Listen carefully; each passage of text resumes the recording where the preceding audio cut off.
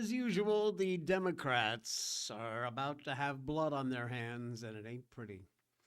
More of our sick kids. How do we deal with this? Not sure I got an answer for you, but I got to tell you about it. And bed bugs? Ew. Apparently, that's a problem. And it's really funny. Just as I said bed bugs, there's a bug flying around the light up here. It's not a bed bug, but welcome to the Jay Sheldon Show. Happy Monday. Good morning, everyone. March is flying by. Man, isn't it? This is insane. 16th already of March. Half the month is gone. That's crazy talk. Unbelievable. Wow. Insane. All right, let's kick things off the way we always kick things off, and that's telling you about how it is your lucky day. Blackout coffee. Look at this deal, huh? Buy one, get 7% off. Buy two, 14%. Three, 17%. Wow. That discount gets applied automatically at checkout, so that is a hell of a deal. And yes, among their many flavored coffees, which are all yummy, they do have an Irish cream flavored coffee, one of my faves. Of course, my favorite ground coffee that they make is this one right here, Pitch Black Espresso. This is just the bee's knees. It is so good. Rich, full-bodied, full-flavored, and never, ever bitter. You're taking your chances with something like espresso, but I'm telling you, this stuff is absolutely incredible. They only roast your order when you place your order, and then they ship them out within 24 to 48 hours.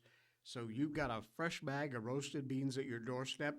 And if you don't have the luxury of being able to grind your own beans, no problem. As you can see right there, they offer ground versions. Yep, they will grind it for you, not a problem. And they also offer a great coffee subscription, which I think is a brilliant idea. Build your own subscription. You save up to 20%, get free shipping. You can swap your flavors anytime, and you can skip or you can cancel whenever you want. You can't lose. Subscribe to a coffee subscription. Brilliant idea at Blackout Coffee. Use the link down in our show notes and get yourself signed up for a subscription, or just buy a single bag if you want. I always encourage you to do that. Pick yourself up a single bag. For first-time buyers, get 20% off your first order with the code J20, Jay20. 20% off your first order to give it a try. Promise you, though, once you try it, be prepared. You're going to be back for more, I promise you. Always use that link in our show notes so we get some credit for your visit. We appreciate that. AJ turns 2 tomorrow, says Danny. Fantastic. Happy birthday. We'll be sure and include that in the show tomorrow. AJ, 2 years. Holy cow. You're getting big, buddy. Wow. A happy, blessed birthday to AJ. All right.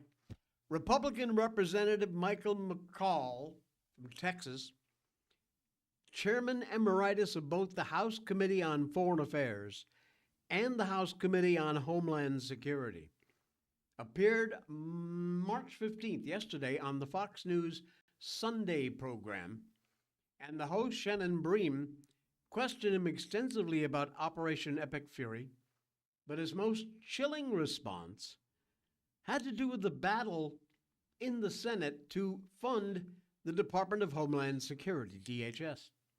Democrat shutdown has kept DHS from being fully funded.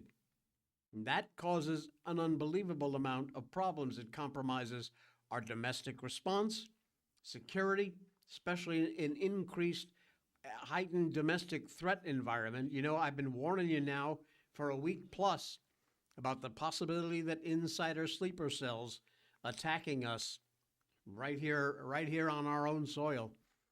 And just like McCall said, if they continue this, they will have blood on their hands.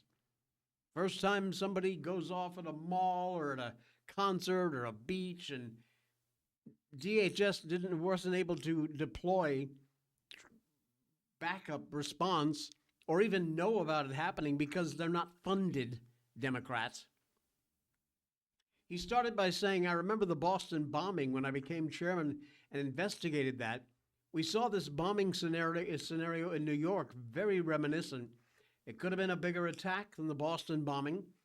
And since that time, Austin, my hometown, Virginia, a veteran being shot and killed, not overseas, but in a classroom, and then the synagogue, the Jewish targets. You are going to see more, he says. Now, this may slowly be starting to dawn on the Democrats. Democrats repeatedly rejected bipartisan bills to open the shuttered agency amidst the heightened threats from Iran-based extremism. That shifted very drastically on Friday morning when Senator Eliza Slotkin, Democrat, publicly declared the need to fund DHS. She's suddenly pushing to hold the ICE debate separate from the department's funding. Certainly, she says we need to fund the Department of Homeland Security, and we need, in my view, to cut away all the conversation on ICE, which is its own conversation, from all the core missions of DHS. Makes sense, right? A Democrat with maybe half a brain cell? Well, as of today, the Democrats are still more committed to owning the Trump administration than getting their ICE reforms than they are about preventing another terror attack on U.S. soil. And it will take more lives, I promise you, sadly. TSA officers calling out sick, leaving those long lines and wait times at airports. Not to mention TSA and DHS agents being forced to drive Uber and DoorDash, sell blood plasma to make ends meet. None of this has moved the needle for the Democrats, not 1 millimeter. And so, blood and carnage it is. Apparently, that's what they want. McCall continued, the idea of shutting down DHS at such a high terror threat level is unconscionable. It's political malpractice, criminal, and they're going to have, if they continue this, Shannon, they will have blood on their hands. In terms of Operation Epic Fury, Bream read off legacy and right-leaning media headlines which exemplified pearl-clutching, hand-wringing, and are-we-there-yet tantrums. McCall correctly pointed out the political and pundit class impatience, completely uncalled for, obviously. Military objective has, within weeks, everybody is so impatient right now. But within weeks, I think we can have this accomplished, he said. When was asked about the people's concerns that the Iran conflict going to continue to adversely affect gas prices and the economy, because, you know, people don't think about the lives that we're going to lose, the human sacrifice that's going to happen. All they care about is their damn pocketbooks. But that's the world we live in. He said, while we're experiencing short-term pain, the long-term results of the military objective will be well worth it, not just for us, but future generations. In terms of when the military strikes would end, McCall confidently said the whole thing started in 1979. It began with weak leadership by President Carter, going to end by strong leadership and President Trump. Military objective here is being accomplished. In fact, they are ahead of schedule. We can only hope. For decades now, former presidents have been nothing but hot air. All talk, no action. Donald Trump eliminating the threat from Iran once and for all. Danny, I heard an interview and Trump said he's aware of where the cells are and monitoring them, but he knows where they are and what is he waiting for. I also saw that little clip of that press con.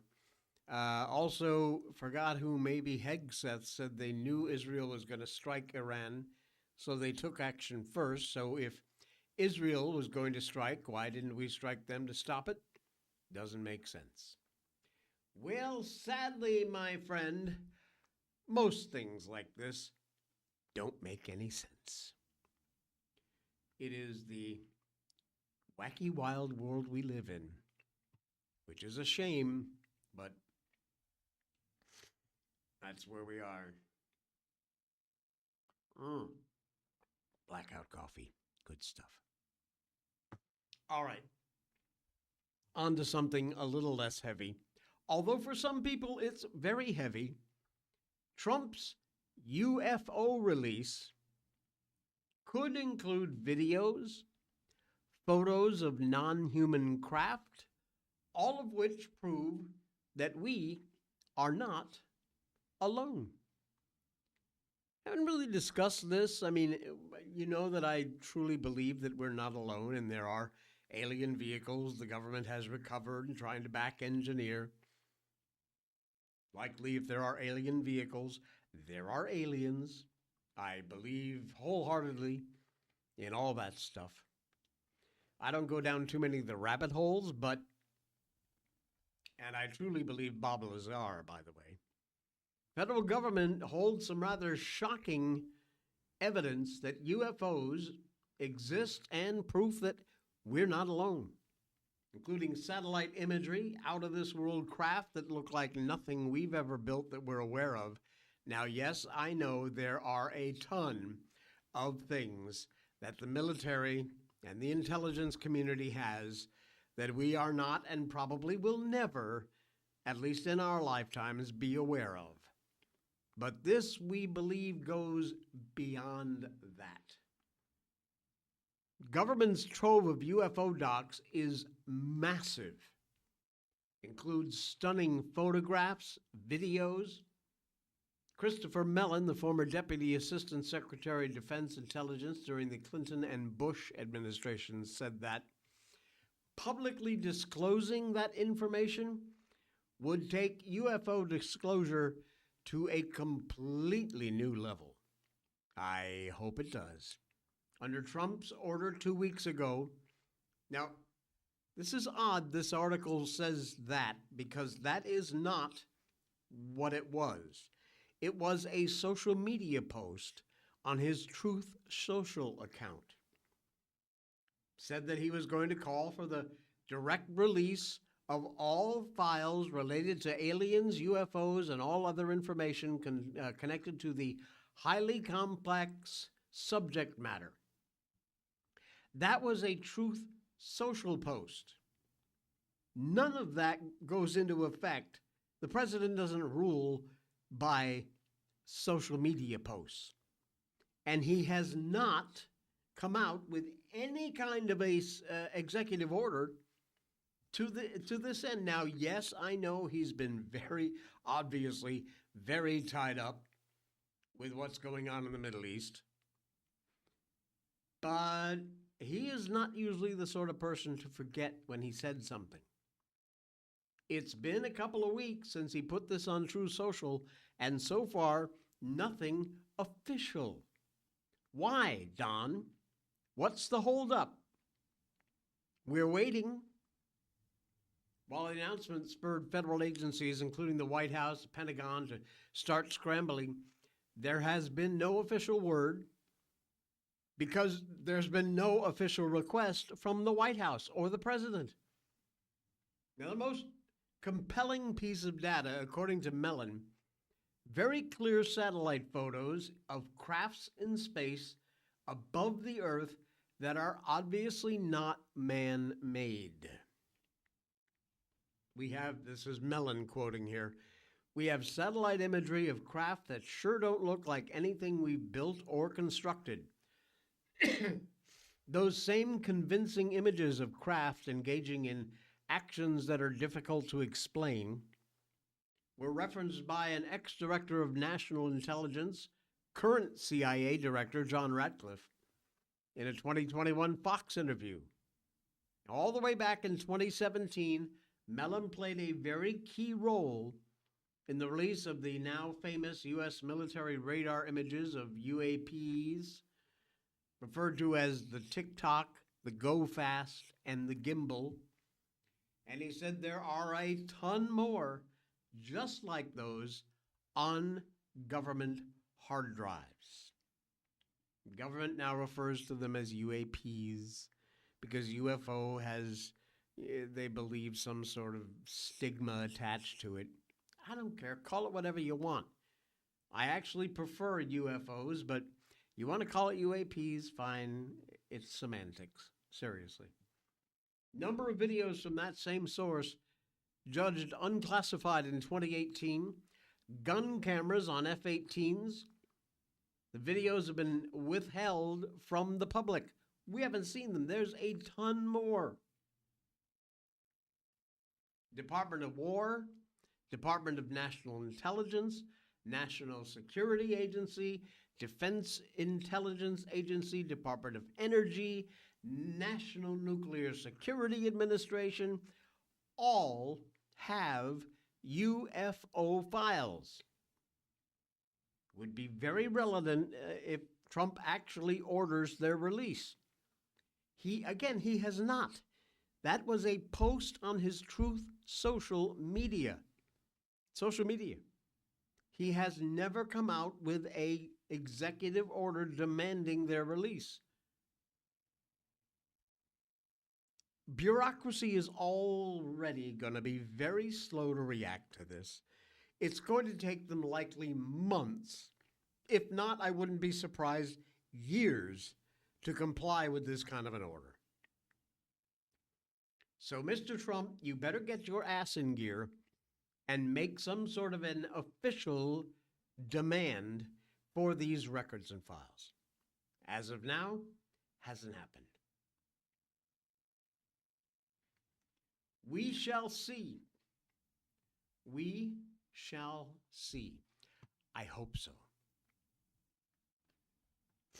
In the past 2 weeks, we have had 4 jihadi attacks in the United States.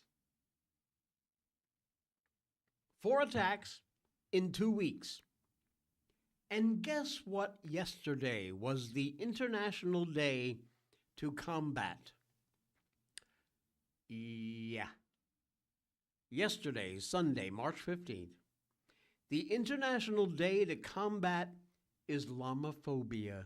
Well, ain't that something? The day could not possibly have come at a better time. Looks as if it was planned this year specifically in order to demonstrate the fact that Islamophobia is a spurious propaganda concept designed to intimidate people into thinking it's wrong to stand against jihad violence, Sharia's oppression of women. It's certainly the best possible time because there have been 4 jihadi attacks in the U.S. in the last 2 weeks, which demonstrates the most vivid and indelible way possible that criticism of Islam is not only a manifestation of hatred or bigotry, much less racism, but a healthy manifestation of a society's will to survive. Ya think? The latest lessons in the dangers of Islamophobia propaganda came March 1st. A Muslim immigrant opened fire in a bar in Austin, Texas, killing 3 people, injuring 13 others. We told you about that.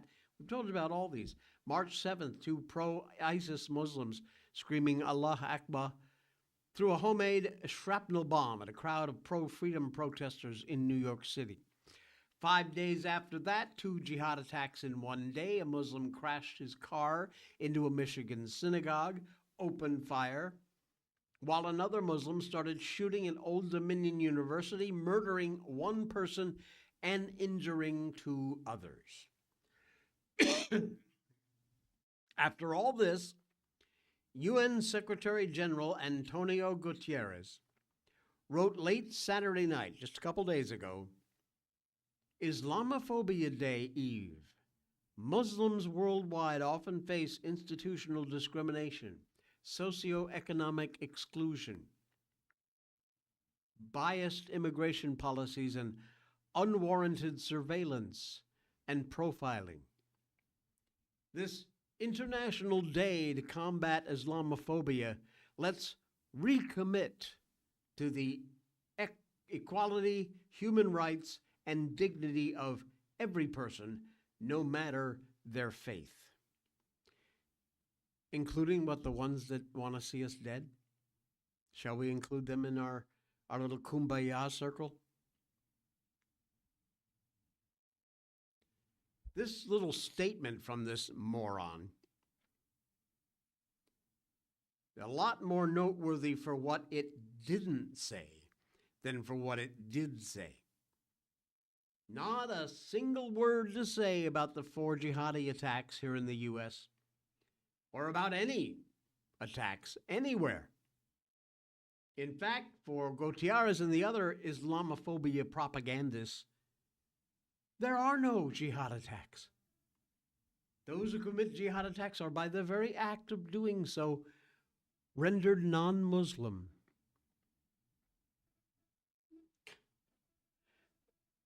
Absolute, half a brain cell, Governor of New York, Kathy Hochul, wrote on Sunday, barely more than a week after a couple of IS, Islamic State jihadists, tried to commit mass murder for Allah in New York City. She writes, on this International Day to combat Islamophobia, and at a time when fear and division are rising in many places, New York stands firm. Hate has no home here. Muslim New Yorkers strengthen our communities every day, and we'll always stand together against Islamophobia.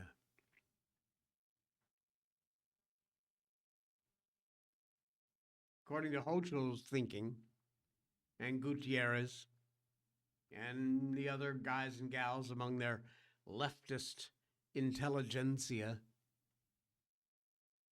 apparently Islamophobia only rises from some sort of irrational prejudice. Gee, I don't know, when some guy hurls a bomb at me, I would tend to think that it's not very rationally prejudiced to not like what he stands for, the reason he threw the bomb.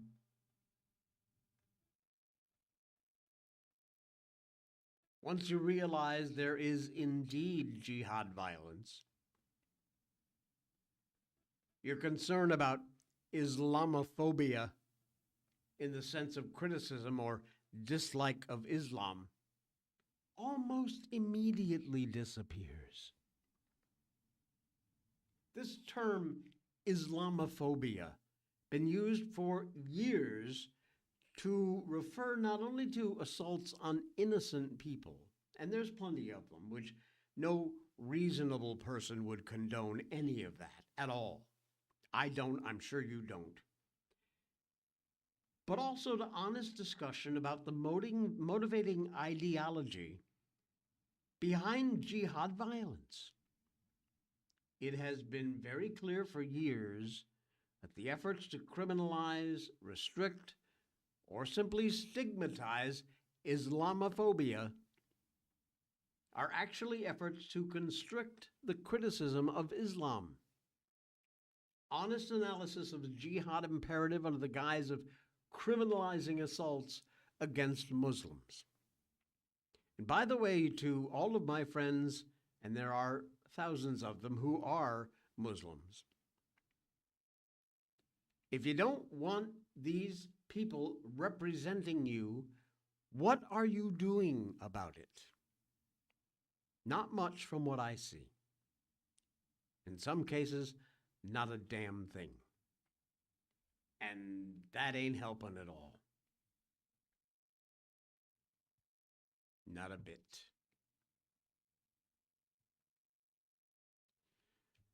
This week's terror attacks prove that immigration isn't good just because it's legal.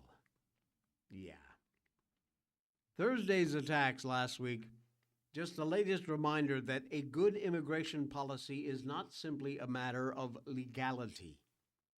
Less than a month ago, Senator Ted Cruz said his approach to immigration is very simple: legal, good; illegal, bad.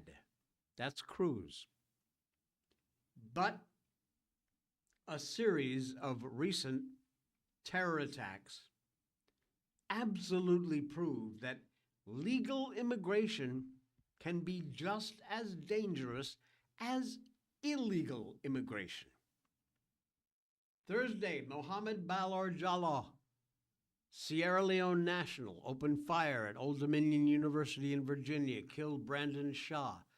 Jalloh came here legally, but his legality, it didn't stop him from providing material support to ISIS, Islamic terrorist group, 2016.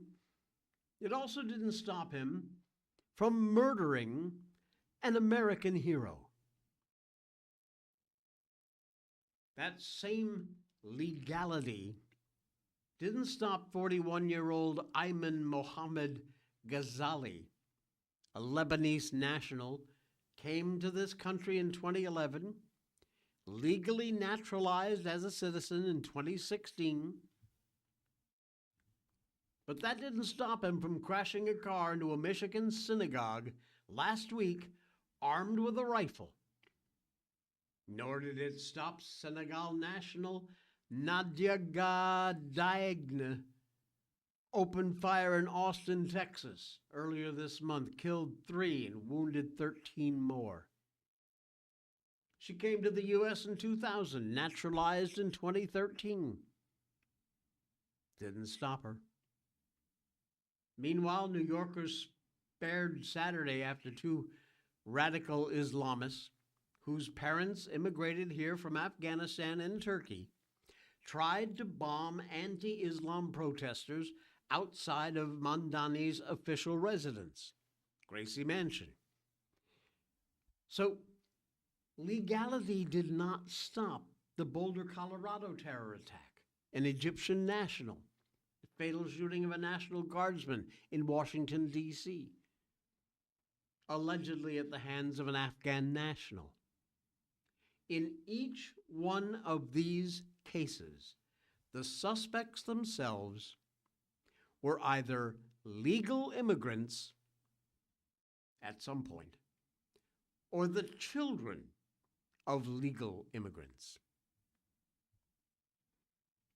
Coming here legally didn't stop it. Didn't stop them from becoming radicalized, violent. Eric Schmidt, Republican, told Fox News' Laura Ingraham Thursday that the U.S. needs to have a serious conversation about legal immigration. We need to reform our legal immigration system. He says a lot of these people have come in legally. A lot of American workers have been displaced by foreign workers. A lot of American students have been displaced by these visa mills at universities. And students have been, American students have been displaced. Tax breaks that companies get after the fact.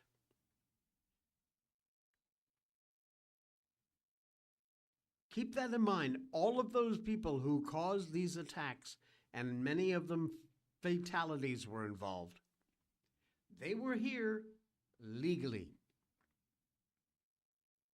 Did that make a difference? Not a damn bit. Not one bit.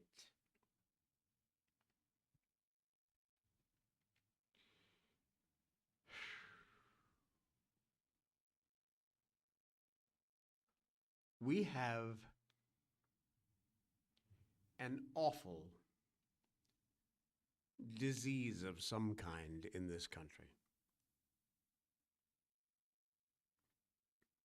And honestly, I don't know what to do about it, if anything can be done.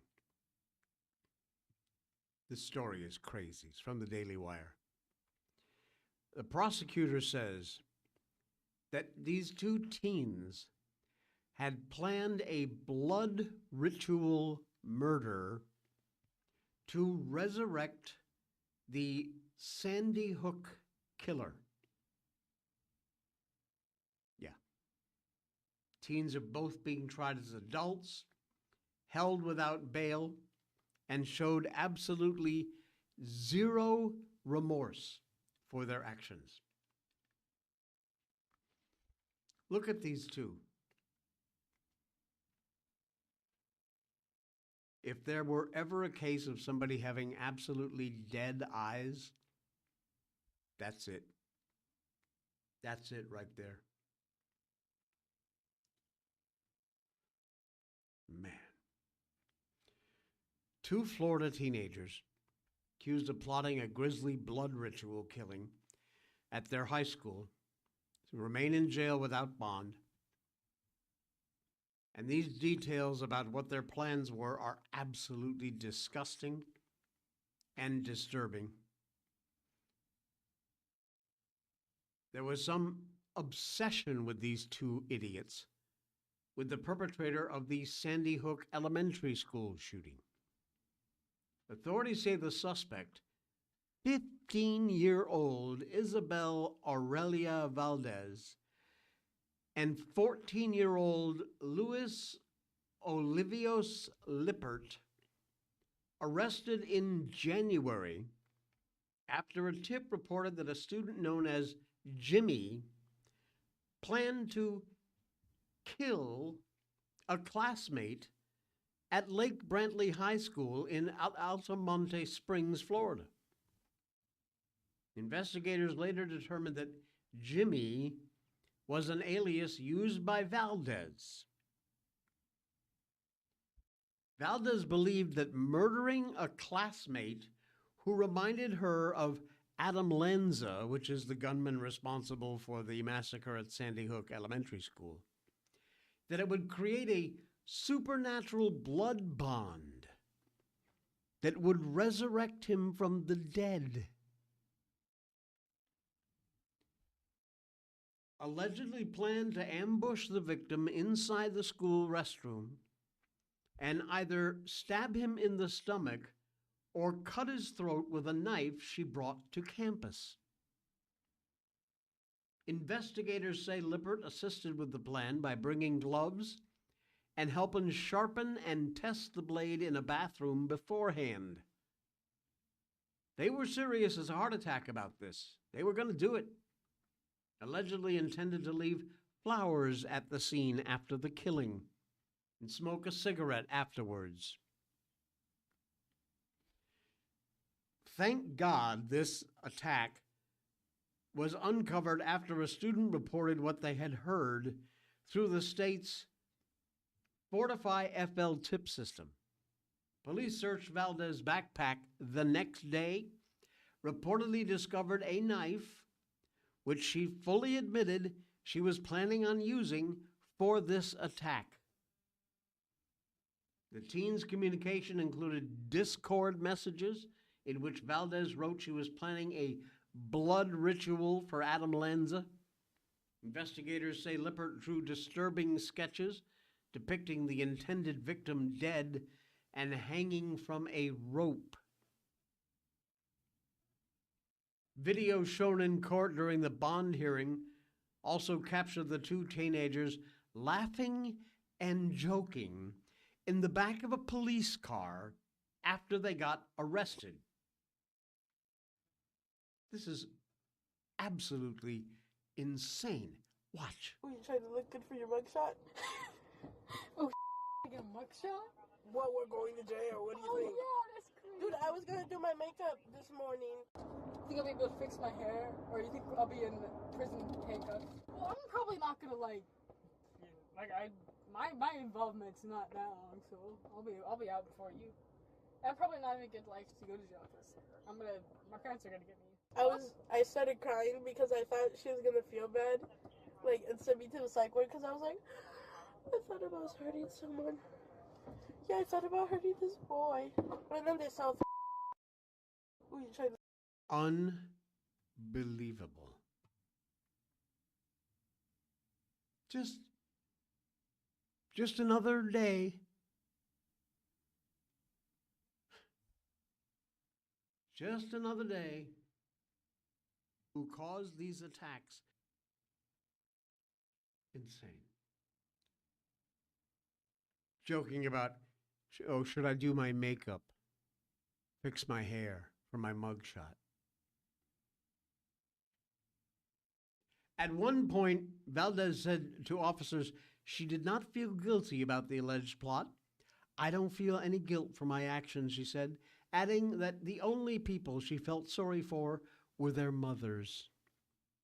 Prosecutors argued the footage showed the teens still pose a serious threat to the community. You think? The judge agreed, ordered both held without bond. They both pled not guilty. They're being charged as adults. Good. And credit goes to that anonymous tipster whose report helped stop the alleged attack before anybody actually got hurt. Thank God for that. The Seminole County Public Schools had a statement that said, "We're so thankful to the individual who used our anonymous reporting tools to share what they heard and prevent a possible crime. The safety of our students and staff, high priority, and it takes all of us working together to keep our schools and communities safe." If you see something, say something. Folks, that is and please pass that on to your kids. If you see something, say something. Absolutely frightening. The girl confirmed it. She said she probably wouldn't go to jail because her parents will get her out. Yeah. Not this time, babe. And you're right. Entitled teens. Absolutely entitled. Oh, did I forget to mention that the Academy Awards were yesterday? And that's all I'm going to say about it.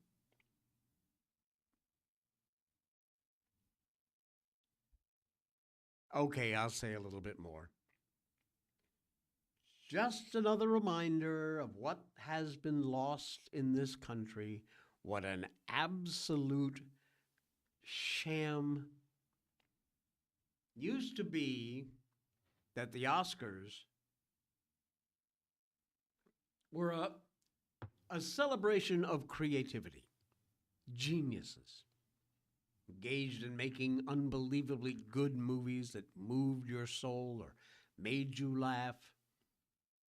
Millions of Americans enjoyed them in their heyday.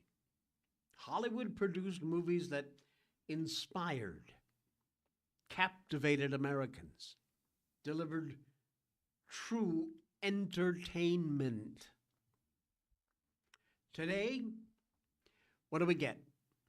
Movies that preach, movies that depress, movies that appeal to a very small, minuscule segment of Americans. Nobody gives a fat rat's ass about these films because they're crap, they're garbage. The Oscars drew a TV audience of about 57 million in 1998.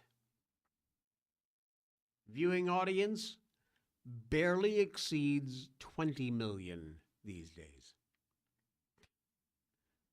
Hollywood, insufferably progressive Hollywood, and more conservative Americans just have no more patience left for stars who want to punch President Trump or spew left-wing talking points. Nevertheless, Hollywood insiders continue to live in their bubble as if, oh, everything's just fine. It's rather easy, actually, to understand this disconnect from reality. Example, all this year's Oscar nominees received swag bags worth about $350,000. The gift bag is packed With luxury skincare, associated experiences, the focus has shifted to ultra-private villas that prioritize total seclusion so the elites can meet each other far away from the prying eyes of, we mere mortals. The villas for the pampered celebrities are in like Costa Rica, Ibiza, Finland, Sri Lanka. Yeah. While a Hollywood elite may be pretending it's business as usual, it is exactly the opposite. It ain't so. A lot is wrong with their industry. NBC just announced the cancellation of their syndicated show, Access Hollywood. Been on the air for 30 years. Gone. Americans are completely losing interest in this idiotic coverage of these insufferable progressive morons. Even Bill Maher, whom I like, blasted the Oscars. He said, the whole thing is so Hollywood, a room full of know-nothings who call themselves the Academy, making everyone tremble before their judgment, even though their judgment is often terrible and fails the test of time. Maybe the hashtag should be Oscars So Wrong. For decades, Americans enjoyed dinner and a movie, great date night, escape from the troubles of the world. Sadly, for a lot of people, the smell of popcorn and the buzz of movie theaters is just a fond memory that will never, ever be again. Average price of a ticket, 2015, $8.43. Early this year, national average for movie ticket increased 50%, $12.45. Even worse for premium formats like Dolby Cinema. You can pay in excess of $30 a ticket in some cities. AMC's closed about 20% of the theaters. Viewers have left in droves. Part of the decline due to the COVID, of course, that pandemic and new habits Americans developed during the pandemic. But the convenience of staying at home is pretty understandable. It's what's been lost is meeting friends at the theater. It was an event. It was a night out. Communal aspect of watching a movie with others, enjoying the collective reaction to exciting scenes or scary scenes or sad scenes. But Hollywood refuses to produce movies that we Americans want to see. While there is an audience for movies that feature cartoons, sadistic humor, superheroes, there's a lot of other categories that have been completely ignored for years. North American box office revenue dropped from $16.4 billion, almost in half, $8.87 billion in 2025.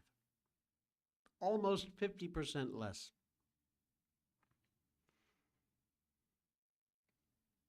In the past few decades, Americans have been subjected to these presenters and award winners at the Oscars spouting this progressive platform.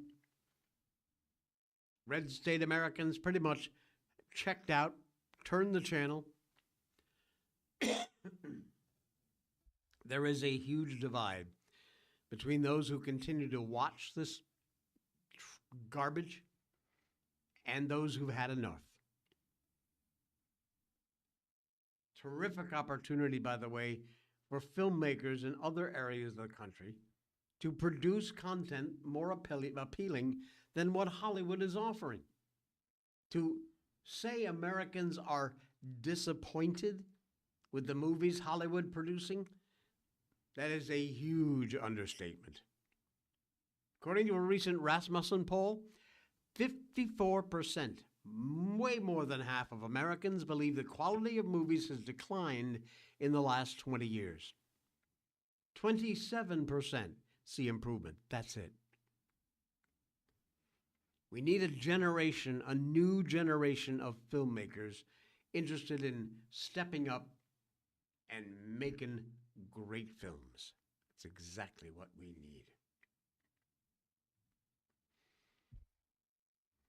I love Angel Studios. Not only are they wholesome movies, but they give out 2 free tickets. Animal Farm coming out next, and Angel Studios gives QR codes for free tickets. We use them to see David. That's from our viewer, Danny. Highly recommended our audience to subscribe. All right. Angel Studios. Give them a search. Check it out.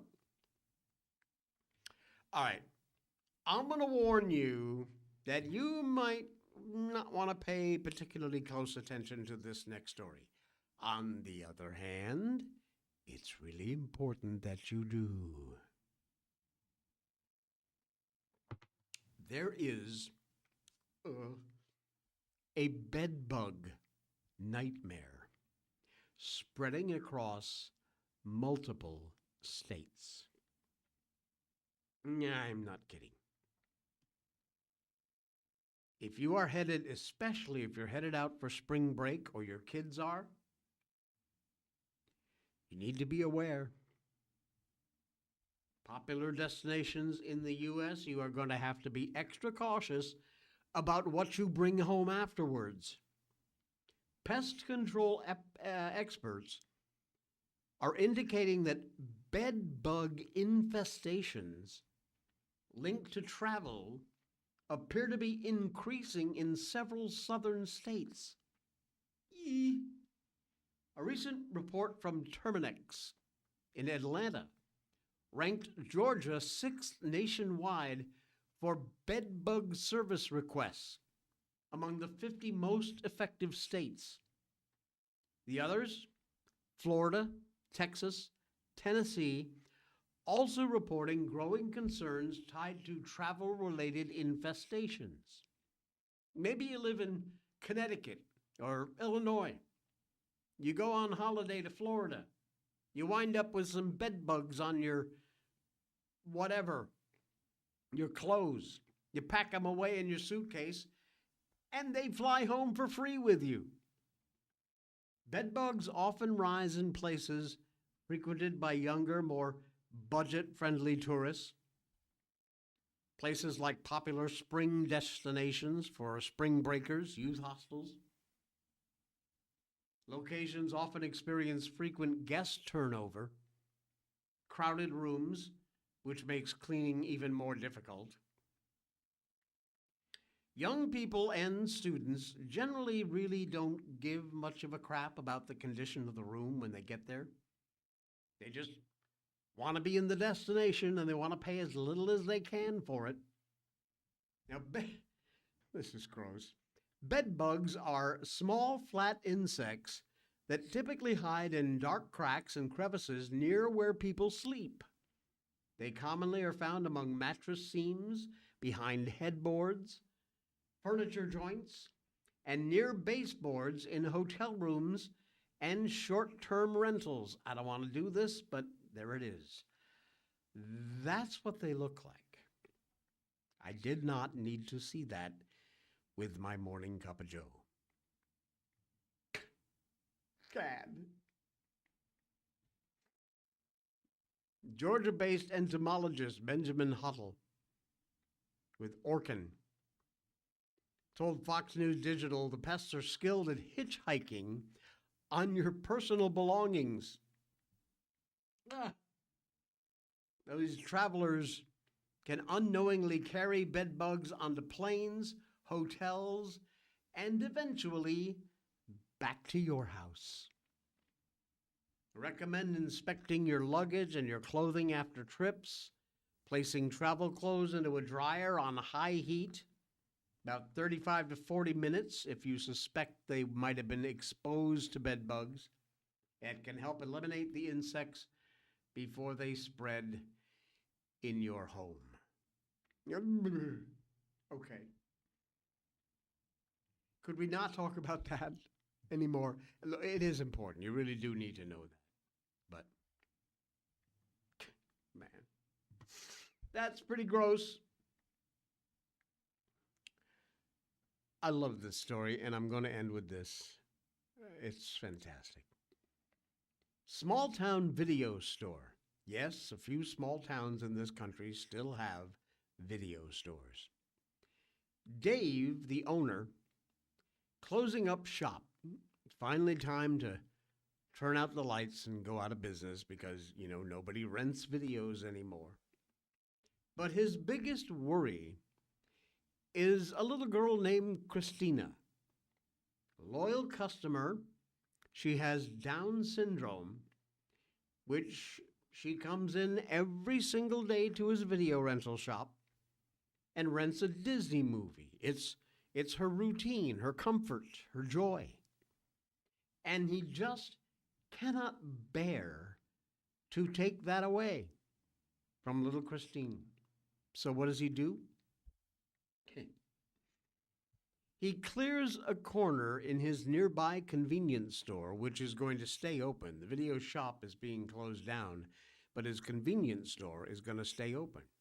So he clears out a corner of this convenience store and builds what he calls Christina's Corner, with every one of her 200 favorite films to keep the magic alive.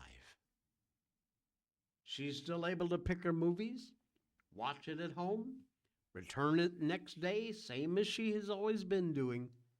No disruptions, no sadness, just some absolute pure kindness from a man who refused to let business closed mean customer forgotten. That's how stores used to treat people, with heart, creativity. We need a few more Daves in the world. Sadly, I do not have a picture of Christina, but This is Dave. do we have? We do, actually. How long is this? Let me play this whole thing. I think it's worth it for you to see this story. It's such a great story. Watch. This is Dave, and he owns Video Stop, the last movie rental spot in Pocatello, Idaho. He has to make the difficult decision to shut his business down because no one really rents movies anymore. The only reason this is affecting him so much is because he doesn't know how this is going to affect his number one customer. This is Christina, a young lady with Down syndrome, and every single day her mom takes her into Video Stop. She rents a Disney movie, she comes home, pops it in, she eats her dinner. The next day she takes it back and rents another one. Now her mom owns all of these movies that she likes to watch, but her going in each day and renting one gives her routine and security, which is very important to someone with Down syndrome. And Christine is the main reason that Dave has even kept the doors open this long. But he simply can't stay in business, but he also doesn't want to let her down. So he finds an amazing solution. Next door to Video Stop, he owns a convenience store. So he clears out a corner in the convenience store, he puts up some shelves, he puts in there all 200 of Christina's favorite movies, and he calls it Christina's Corner. You are right, Danny. This man is going straight to heaven when it's his time. You are exactly right. Wow. After all the bad news, it is nice to see something going right. We need more Daves, please. Please. All right.